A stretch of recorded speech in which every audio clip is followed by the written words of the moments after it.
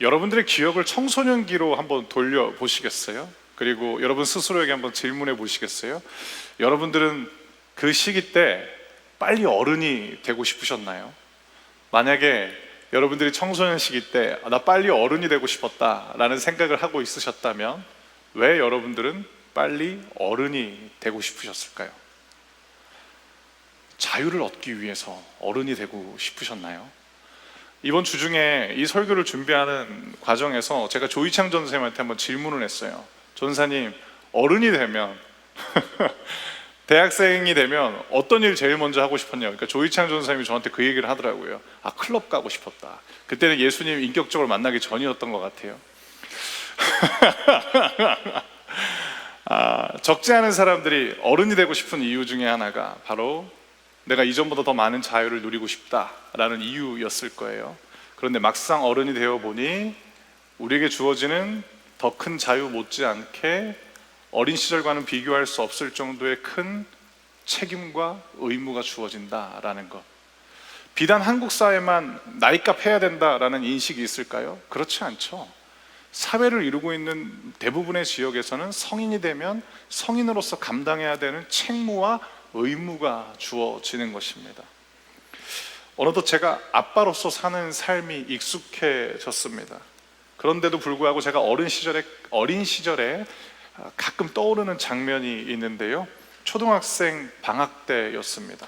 방학이 되면 평소보다 늦잠을 자다 보니까 늦게 일어나서 출근하시는 아버지한테 잠옷바람으로 나가서 인사하던 때가 기억이 납니다. 신발장에서 아버지께서 신발 꺼내 신으시고 그리고 거울을 보면서 자신의 옷 매무새를 정리하시면서 아버지가 저한테 하시던 말씀이 있었어요. 야, 너는 방학이 있어서 좋겠다라는 이야기를 하셨어요. 그때 제 마음에 어떤 생각이 있었냐?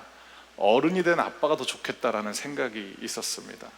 그런데 어느새 제가 아빠가 되어 보니까, 그리고 어른이 되어 보니까 그때 아버지께서 저한테 너는 방학이 있어서 좋겠다라는 의미가 어떤 것인지 조금은 알 것 같습니다. 눈 감으면 언제든지 그 시절로 돌아갈 수 있는데 이제 저는 어느새 곤히 잠들어 있는 우리 아이들이 깨지 않도록 하기 위해서 조용히 출근길을 나서는 어른이 되었습니다. 어른이 된다라는 것, 또 아이가 부모가 되는 것처럼 성인이 된다는 것은 무엇일까? 앞세대가 감당했던 책임을 이어받는 사람이 되는 것은 아닐까라는 생각을 해봅니다. 우리가 떠올렸을 때 존경하는 마음과 그리고 감사한 마음을 갖게 하는 어른들의 공통점이 있습니다. 그들은 우리에게 어른다움이 무엇인지를 보여주었고, 그들이 우리에게 보여주었던 어른다움이라는 것은 약속을 지키고 책임을 다하는 모습이라는 것입니다. 오늘 우리는 앞세대가 감당했던 책임을 물려받게 되는 한 청년의 이야기를 살펴볼 것입니다. 그 전에 오늘 하나님 앞에 예배하고 있는 우리가 같이 생각해 보았으면 하는 주제가 있습니다. 그것은 영원하신 하나님과 유한한 인간이 어떻게 함께 할 수 있는가에 대한 내용입니다. 여러분도 아시는 것처럼 하나님은 영원하십니다. 이에 반해 인간은 유한합니다. 이 차이가 존재하게 된 이유는 하나님이 인간에게 주신 자유를 가지고 인간이 영원함이 아닌 죽음을 선택했기에 발생했습니다. 그래서 인간은 영원하신 하나님과 다르게 연약하게 태어나고 장성한 이후에 다시 연약해지다가 끝내 죽게 된 것입니다. 누군가는 이런 질문을 할 수 있습니다. 하나님 뭐하러 인간에게 자유를 주셨는가? 그냥 하나님이 원하시는 설정값을 인간에게 인풋하면은 하나님이 원하시는 아웃풋만 낼 텐데 굳이 왜 하나님께서는 인간에게 자유를 주셔서 일이 이렇게 꼬이게 되었는가 라고 생각하실 수도 있을 것입니다. 하나님이 인간에게 자유를 주신 이유는 크게 세 가지를 들 수 있는데, 첫 번째는 하나님은 인간을 당신을 닮은 존재로 창조하셨기 때문에 자유를 주셨습니다. 하나님은 자유롭게 창조하셨습니다. 그리고 하나님은 자유롭게 지금도 통치하고 계십니다. 하나님은 자유롭게 선택하고 자유롭게 살아가시는 분일 뿐만 아니라 당신을 따라 자유롭게 살아가고 자유롭게 선택하는 인간을 창조하신 것입니다. 두 번째, 하나님은 왜 인간에게 자유를 주셨는가? 두 번째는 자유가 있어야만 진정한 관계가 성립될 수 있기 때문입니다. 자유가 없는 사람이 고백하는 사랑과 신뢰에는 감동이 없습니다. 왜냐? 자유가 없다라는 것은 그 사람의 진심이 없다라는 뜻과 동의어이기 때문입니다. 하나님은 우리와 진짜 사랑을 원하셨습니다. 그래서 하나님은 사람에게 자유를 주신 것입니다. 사랑을 고백하고 사랑을 소중히 여기고 사랑을 갖고 갈 수 있는 그 자유를 우리에게 주신 것입니다. 왜냐? 하나님은 우리랑 진정한 동행을 원하시기 때문입니다. 마지막 세 번째, 하나님은 왜 인간에게 자유를 주셨는가? 성경을 보면 하나님은 사람을 참으로 존중하신다라는 것을 알 수 있습니다.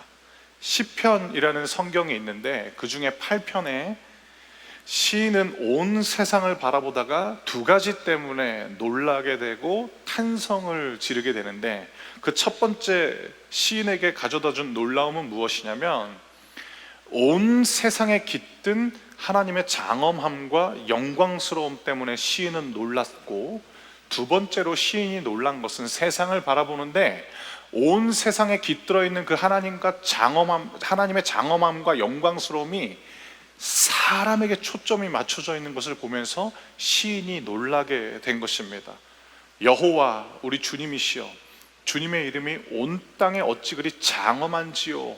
그뿐만 아니라 시인이 이렇게 노래하는 거죠. 사람이 무엇이기에 주님께서는 그를 기억하시고 인간이 무엇이기에 주님께서는 그를 돌보아 주시는지요 라고 시인이 놀라게 됩니다. 시인은 깨닫게 됩니다. 낮에는 태양이 떠오르고 있고요, 밤에는 달이 떠오르고 있습니다.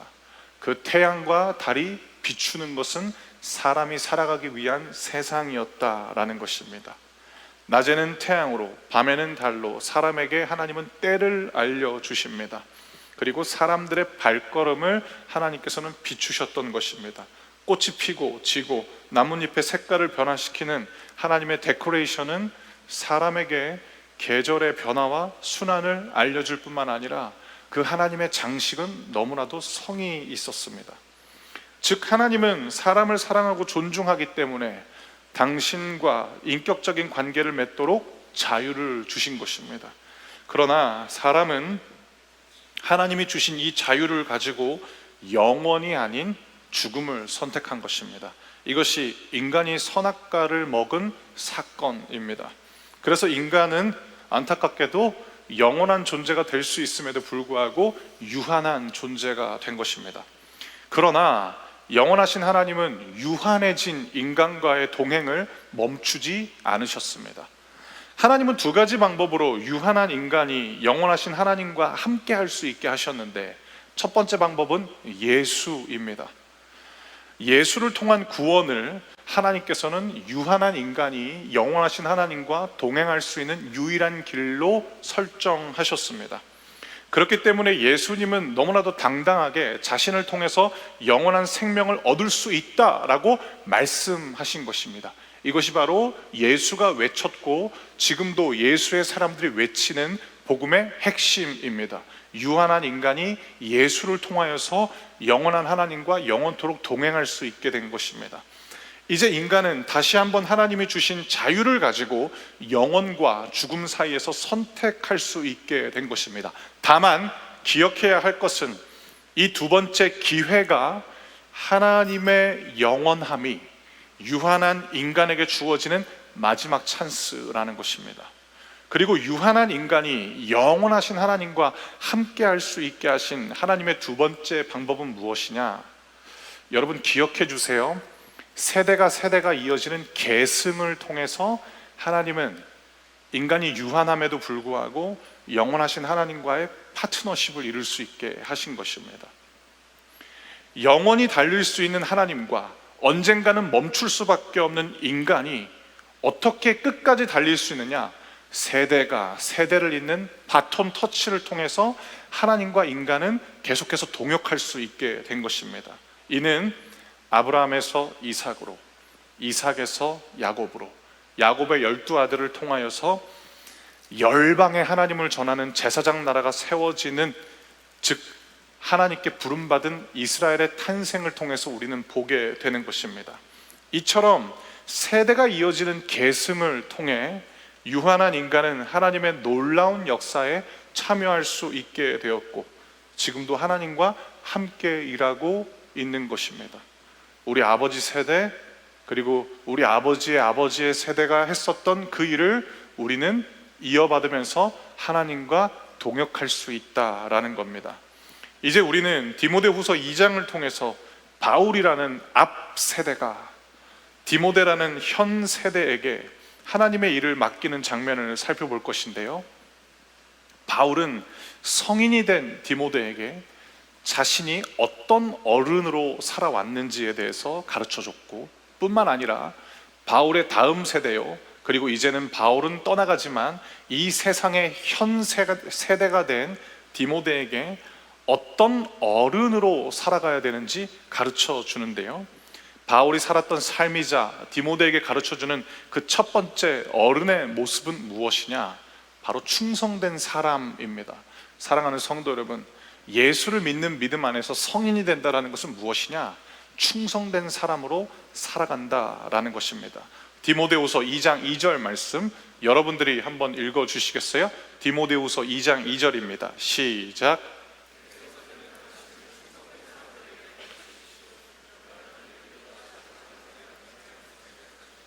아멘. 바울은 다메섹으로 가는 도중 부활하신 예수님을 만났습니다. 부활하신 예수님을 만나고 난 후에 바울은 예수께 충성된 사람으로 바뀌게 됩니다.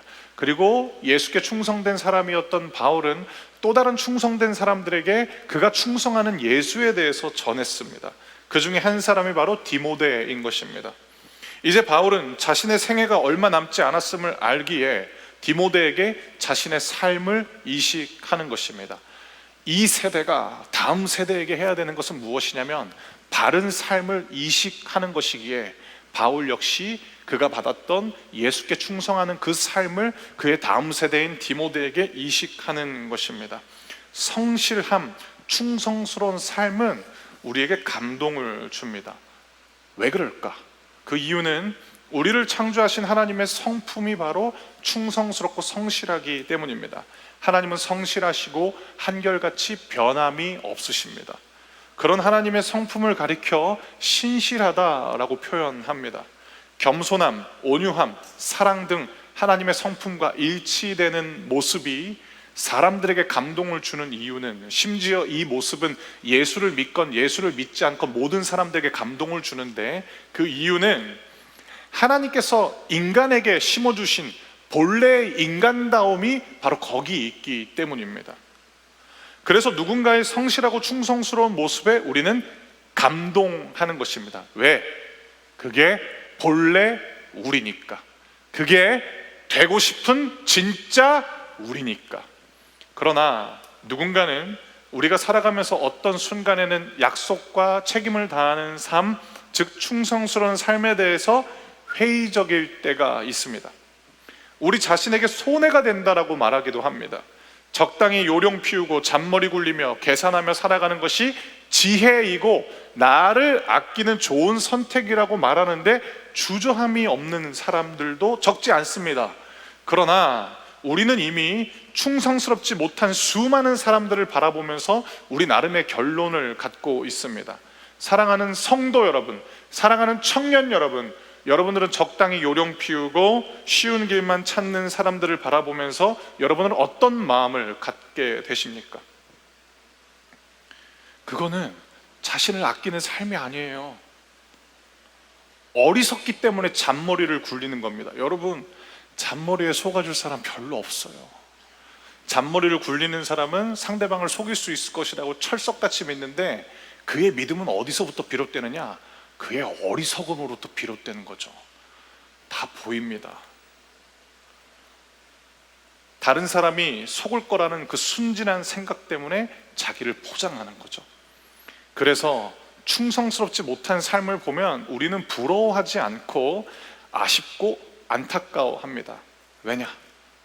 충성스럽지 못한 삶, 성실하지 못한 삶은 그 스스로를, 그 자신이 초라하게 만들기 때문입니다. 진짜 자신을 아끼고 위한다면, 정말 멋지게 살고 싶다면 충성된 사람으로 살아가시길 바랍니다. 주님의 이름으로 축복하면서 여러분들에게 또한 도전합니다. 사랑하는 성도 여러분, 충성된 사람으로 살아가십시오. 예수를 믿는 사람이건 믿지 않는 사람이건 간에 여러분들을 바라볼 때 인간 내면에 갈망하는 그 충성스러움에 대한 감동을 끼칠 수 있는 예수의 대사로 살아가시길 바랍니다. 그러면 여러분들을 통해 또 다른 충성된 사람들이 살아가게 될 것이고, 여러분들이 언젠가 선배가 되고 다음 세대에게 여러분들의 사명을 물려줄 때 여러분들이 그 세대에게 이식해 줄 삶은 충성된 삶이 될 것입니다. 두 번째로 바울이 디모데에게 가르쳐주는 어른의 모습은 예수 그리스도의 훌륭한 군사로 살아가는 것입니다. 이것이 예수를 믿는 믿음 안에서 참 어른의 모습이라고 바울이 가르쳐주는데, 이번에는 디모데후서 2장 3절부터 4절 말씀을 저와 우리 성도님들이 한 절씩 읽겠습니다. 먼저 여러분들이 3절을 읽어주시고 제가 4절을 읽겠습니다. 3절입니다. 시작.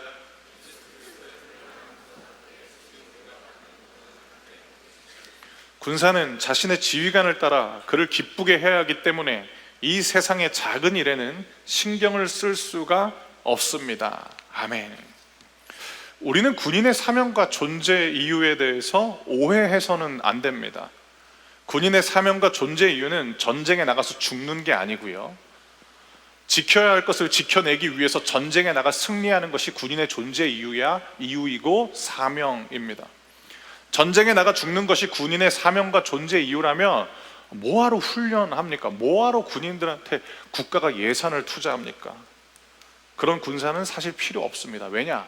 전쟁 나면 대부분 죽어요. 훌륭한 군인은 승리하기 위해서 절제된 생활을 자신의 일상으로 기꺼이 받아들이는 사람들인 것이고, 훌륭한 군인은 전쟁에서 승리하기 위해서 자발적으로 통제된 규율 속으로 자신을 몰아넣는 것입니다. 그런데 바울은 여기서 예수 그리스도의 훌륭한 군사가 되어야 된다라고 가르쳐 줍니다.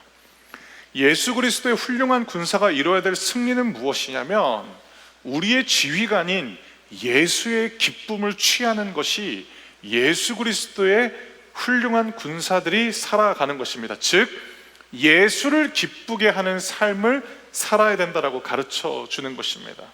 이것이 예수 안에서 어른이 된 자들의 삶의 방식인 것입니다. 여러분 한번 상상해 보시겠어요? 어린아이가 투쟁을 하죠. 떼를 쓰잖아요. 그거는 자신의 기쁨을 위한 것이죠. 나의 기쁨을 위해서 어른들한테 떼를 쓰기도 하고 소리를 지르기도 하고 아주 그냥 길에서 눕습니다. 경험해 봤어요. 그러나 예수 안에서 어른이 된 사람은 예수의 기쁨을 위해서 싸우는데, 그가 싸우는 방식은 절제이거든요. 그것은 무엇을 향한 절제이냐? 이 세상의 작은 일에는 신경 쓰지 않는 그 절제라는 거죠. 필요 이상으로 과하게 예민하게 반응하지 않는 절제를 통해서 예수는 무엇을 기뻐하시는지를 바라보면서 살아간다라는 것입니다. 그러면 자유로워질 수 있고 명확해집니다. 여러분들의 자유를 억압하는 것은 외부적인 요인뿐만 아니라 여러분들의 내부에서 일어나는 요인인데, 그게 무엇이냐? 중요하지 않은 거에 과하게 집착하고 중요하지 않은 것을 중요하게 여기기 때문에 여러분 스스로 여러분들의 자유를 빼앗을 때가 있다라는 거죠. 바울은 말합니다. 예수의 기쁨을 위해 이 세상의 작은 일에는 신경 쓰지 말라라는 것입니다. 건강하고 뚜렷한 목표와 목적 앞에서 사사로운 걱정과 근심은 힘을 잃어버립니다. 예수의 기쁨을 위해 살면 투정거리는 아이의 삶은 끝나고 진짜 어른의 삶이 시작되는 것입니다. 세 번째, 바울이 가르쳐주는 어른의 모습은 무엇이냐? 규칙을 충실히 지키는 운동선수처럼 살라라는 것입니다. 이번에는 디모데후서 2장 5절 말씀 한 목소리를 읽도록 하겠습니다. 시작. 경계하는 사람이 규칙을 어기면 상을 받을 수가 없습니다. 아무리 1등으로 도착 지점에 온다 할지라도 부정 출발이면은 그냥 꼴찌예요. 물론 몇 번의 기회는 다시 주어질 수 있겠죠. 그런데 심판이 보기에 이 인간 상습적이다라는 판단이 들면 아무리 뭐 막판 스포츠가 좋다 할지라도 그냥 탈락이에요. 이는 유능하고 남들이 부러워할 만한 이력을 갖고 있고 업적을 이뤄왔지만 불미스러운 몇 가지 일들 때문에 추락하게 되는 지도자들과 공인들의 모습 속에서도 어렵지 않게 볼 수 있습니다. 그러면 우리가 지켜야 되는 규칙은 무엇일까? 무엇이 우리를 어른답게 하는 지켜야 할 규칙으로 존재하는가? 바로 예수님의 말씀입니다. 이 말씀으로 살아가는 것이 남들보다 더 높이, 남들보다 더 빨리 살아가는 것과 비교할 수 없을 정도로 중요합니다. 사랑하는 성도 여러분, 사실 예수님이 갖고 계시는 관점과 기준은 세상이 우리에게 강요하는 관점과 기준하고는 완전히 다릅니다. 세상은 우리에게 어떤 관점과 기준을 강요하냐면 비교 우위를 선점하라고 이야기를 하잖아요. 소위 경쟁에서 이기라 그래야 되잖아요. 경쟁에서 도태되면 넌 별 볼 일 없는 인간이라고 가르치잖아요. 언제부터? 어렸을 때부터. 심지어 유치원 때부터. 네가 1등이야. 너 2등이네. 내일은 1등 해야지. 그거를 어렸을 때부터 학습받는 게 우리잖아요. 그래서 외신들이 대한민국을 향해서 이렇게 이야기하잖아요. 태어나서 죽을 때까지 비교하고 비교당하는 나라, 대한민국. 너무 안타깝죠. 근데 예수님의 기준은 완전히 다릅니다. 예수님은 상을 주세요. 근데 누구한테 상을 주느냐? 1등한테 주느냐? 절대 그렇지 않아요. 예수님은 당신의 상을 누구한테 주느냐? 완주하는 이들에게 주십니다. 그러므로 아직도 남들과 나를 비교하고 있다면, 심지어 크리스찬인데도 내가 그렇게 살아가고 있다면 우리는 지금 완전히 예수님이 정하신 규칙과는 상관없는 삶을 살고 있다라는 것입니다.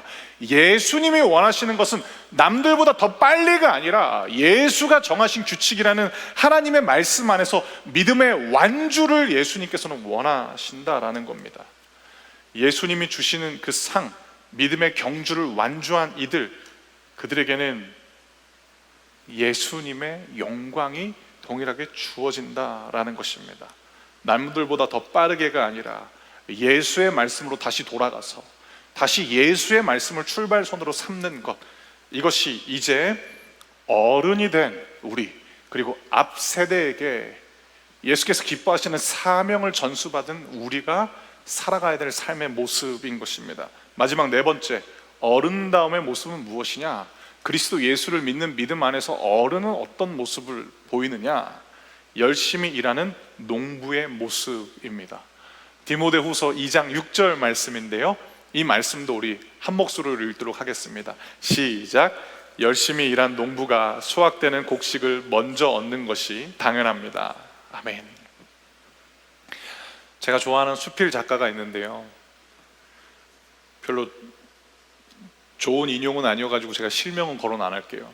그 수필 작가의 말 중에 이런 표현이 있어요. 상대방에게 노력을 강요하는 것은 폭력이다 라고 이야기를 해요. 제가 가슴이 아팠어요. 제가 후배 교육자들한테 맨날 열심히 하라 그래가지고 내가 폭력적인가? 보상이 없으면 그건 폭력인 거죠. 보상을 주지 않은 채 상대방에게 노력을 강요한다, 그건 착취인 거죠. 그런데 만약에 보상을 약속하고 보상을 약속하는 것에서 그치지 않고 실제로 보상이 주어진다라는 것은 그 사람을 위한 멘토링인 거죠. 사랑하는 성도 여러분, 성경은 보상을 약속합니다. 물론 천국에서의 보상만을 이야기하는 게 아닙니다. 이 땅에서의 보상도 성경은 약속합니다. 그 보상이 뭐냐? 진정한 기쁨입니다. 기쁨은 모든 인간이 갈망하는 정서입니다. 사람들은 행복을 원한다라고 하죠. 그렇죠. 그런데 언제 우리가 행복감을 느끼냐? 우리가 기쁨의 정서 안에 있을 때 행복을 느끼는 것이거든요. 기쁨이야말로 인간이 원하는 근원적인 정서인데 안타깝게도 우리가 기쁨에 대해서 오해할 때가 참 많다라는 거죠. 그래서 사람들이 쾌락을 탐닉하잖아요. 쾌락을 탐닉하면 중독에 이르게 되잖아요. 중독은 반복되는 자기 파괴적인 행위일 뿐만 아니라 내가 하고 싶지 않은데 결정적으로 거기에 내가 꿰어서 내 스스로 자유를 박탈되는 상태가 중독인 거잖아요. 저는 여러분들이 기쁨이 무엇인지 알기 위해서 꼭 거쳐야 되는 과정이 있다라고 생각을 하는데, 무엇이 진짜 나에게 기쁨인지 되돌아보고 어떤 프로젝트나 일들이 끝났을 때 꼭 확인해 보기를 여러분들께 말씀드립니다. 그래야 진짜 내가 뭘 좋아하고 언제 기쁜지 본인이 알 수 있어요. 기쁨에 대한 저의 발견은 무엇이냐면, 예수님이 기뻐하시는 것을 할 때 비로소 나도 기뻐할 수 있다는 것을 저는 깨닫게 됐습니다. 즉 예수의 기쁨과 나의 기쁨이 일치한다는 것이 제가 발견한 기쁨이었어요. 예수님이 기뻐하시는 말과 행위를 하고 나면 하기 전에는 내 마음이 어땠는지와 상관없이 예수님께서 기뻐하시는 말과 행위를 하고 나면 저도 기뻐하더라고요. 그렇게 하길 잘했다라는 생각을 합니다. 그때 찾아오는 기쁨은 우리를 중독에 이르게 해서 결국 고통을 느끼게 하는 쾌락과는 완전히 달랐습니다. 몰입해야 할 것에 몰입하게 되고 무관심해져야 될 것에 무관심하게 되는 선물을 저에게 제공했습니다. 그뿐만 아니라 다시 그 일을 하고 싶게 만드는 거죠. 예를 들어서 힐링 캠프가 그런 일들 중에 하나인 거죠. 그래서 간증하잖아요. 별로 가고 싶은 마음이 없었는데 3년 동안 옆에서 누가 그거 하면 너무 좋다라고 갔다 왔어요. 기쁘대잖아요. 그러니까 여러분들한테 말하겠다라는 거잖아요. 그런 거, 그게 나에게 확인된다라는 것입니다. 무더운 여름에도 땀 흘리면서 열심히 일하는 농부를 한번 떠올려 보시겠어요? 무더운 여름에 땀 흘리면서 수고하는 것이 좋은 선택일까요? 무더운 여름에는 그늘이 최고죠. 에어컨 찾아야죠. 호캉스 가야죠. 근데 왜 농부는 무더운 여름에도 불구하고 열심히 땀 흘리면서 수고하고 있을까요? 수확이라는 보상을 알고 있었기 때문에 그는 열심히 일하고 수고하며 땀을 흘리는 거죠. 추수해야 될 시기가 이 여름이 끝나면 곧 다가온다는 것을 알기 때문에 그는 여름에 쉬는 것이 아니라 열심히 수고하기를 선택했다라는 것입니다. 수확하게 될 곡식을 기대하며 무더운 여름에도 열심히 일하는 농부처럼 바울은 디모데에게, 자신의 다음 세대에게 고난의 때가 찾아왔을 때 죽음이 끝이 아니라 부활이라는 영광스러운 새로운 시작을 가져오신 예수를 기억해야 된다라고 말하는 것입니다. 디모데후서 2장 7절부터 12절 말씀, 저와 우리 성도님들이 한 절씩 읽도록 하겠습니다. 제가 먼저 7절을 읽을게요. 내가 말하는 것을 귀담아 들으십시오. 주님께서 이 모든 것을 이해할 수 있는 지혜를 주실 것입니다. 8절,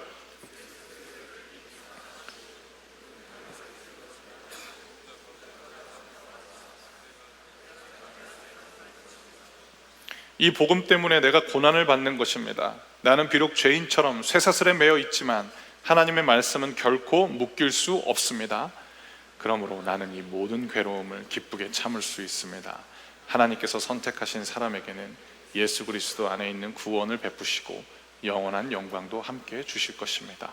진리의 말씀이 여기 있습니다. 우리가 주님과 함께 죽으면 주님과 함께 다시 살아나게 될 것입니다. 12절, 우리가 계속 참으면 주님과 함께 왕노릇 할 것입니다. 우리가 주님을 모른다고 하면 주님 역시 우리를 모른다고 하실 것입니다. 아멘. 예수님을 믿는 이들에게 주어진 약속된 미래는 예수님처럼 부활하는 것입니다. 바울은 이것을 기억하며 고난의 때에도 열심히 일하는 농부처럼 주어진 삶에 최선을 다하라고 말하는 것입니다. 이것이 약속을 지키며 책임을 다하는 어른다운 삶입니다. 우리에게 고난은 끝이 아니고요, 과정일 뿐입니다. 그리고 우리들의 결말은 예수님처럼 영광스럽게 부활하는 것이니 그 영광의 결말을 기억하면서 주어진 오늘의 최선을 다하는 것, 그것이 약속을 지키고 책임을 다하는 어른다운 크리스천의 삶이다라는 것입니다. 마지막으로 부활신앙이 저에게 가져온 관점의 변화를 전하면서 오늘 설교를 마치도록 하겠습니다. 제가 40대 아재가 됐어요. 그리고 어디 가면 많이들 아저씨라고 불러요. 40대가 되면 어떤 일을 겪게 되냐면요, 제가 20대 시절에 참 멋지다고 생각했던 선배님들이 은퇴하시거나 은퇴를 앞두고 있어요. 그 선배님들은 어떤 선배님들이었냐? 20대 시절에 저에게 자랑스럽고 멋진 선배님들이었어요. 그리고 제 마음이 해이해질 때 저를 다시금 달려가게 만드는, 저에게 열정을 불러일으키는 등을 선물해 줬던 선배님들이에요. 그런데 제가 40대가 되니까 그 선배님들이 은퇴를 이야기하기 시작했어요. 그리고 건강이 예전 같지 않아서 자신의 일정을 조율해야 된다라는 이야기를 하시더라고요. 그 이야기를 듣게 되면 아마도 여러분들도 그러실 수 있을 텐데 굉장히 서글픕니다. 너무 서글픕니다. 제가 40대가 된 것보다 훨씬 더 서글펐어요. 아, 사람은 다 저렇게 되는구나 라는 생각을 했어요. 그런데 저한테 부활에 대한 믿음이 점점점 명확해지자 제 눈이 바뀌게 됐습니다. 예전에는 앞세대 나이듦을 서글픔으로 해석했는데 지금 저는 어떻게 해석하느냐, 약속을 지키며 책임을 다하는 선배들이 예수님처럼 부활이라는 영광스러운 목적지에 도달해 가는 것으로 보이게 되었습니다. 바울에게 디모데가 바톤을 이어받은 것처럼, 사랑하는 청년 여러분, 이제 우리 차례입니다. 우리 앞세대가 보여준 것처럼 약속을 지키며 책임을 다하는 어른다운 모습으로 살아가시길 축복합니다. 혹시 이 중에 나는 아직 그런 준비가 안 됐는데, 나는 의지도 약하고 나는 역량도 부족한데 라는 생각을 갖고 계신 분들이 있다면 오늘 꼭 디모데후서 2장 1절하고 13절을 읽어보시길 바랍니다. 1절에는 어떻게 시작되느냐, 주 예수 그리스도의 은혜로 강하고 담대하라고 이야기를 하고 있고, 13절에는 어떻게 이야기하느냐, 우리는 한결같지 않다 할지라도, 우리는 신실하지 못하다 할지라도 하나님이 신실하시다라고 말씀하고 있어요. 우리는 유한하지만 유한하지 않으시는 하나님이 함께 할 것이기에 여러분들에게 주어진 오늘 앞에서 늘 담대하게 당당하게 살아가시길 주님의 이름으로 축복합니다.